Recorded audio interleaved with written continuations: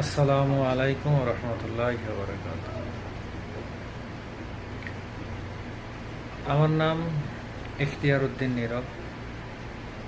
বাংলাদেশের রাজশাহী জেলার অন্তর্গত বাসা। অনেক স্বাদ, অনেক ইচ্ছা, অনেক বড় আশা, অনেক আকাঙ্ক্ষা, অনেক স্বপ্ন নিয়ে এই সৌদি আরবে আসা। আলহামদুলিল্লাহ, সবচেয়ে বড় আশা, বড় স্বপ্ন, বড় ইচ্ছা যেটা ছিল সেটা হলো বাইতুল্লাহ তাওয়াফ করা। আলহামদুলিল্লাহ সেটা করেছি, সেটা হয়েছে। এবং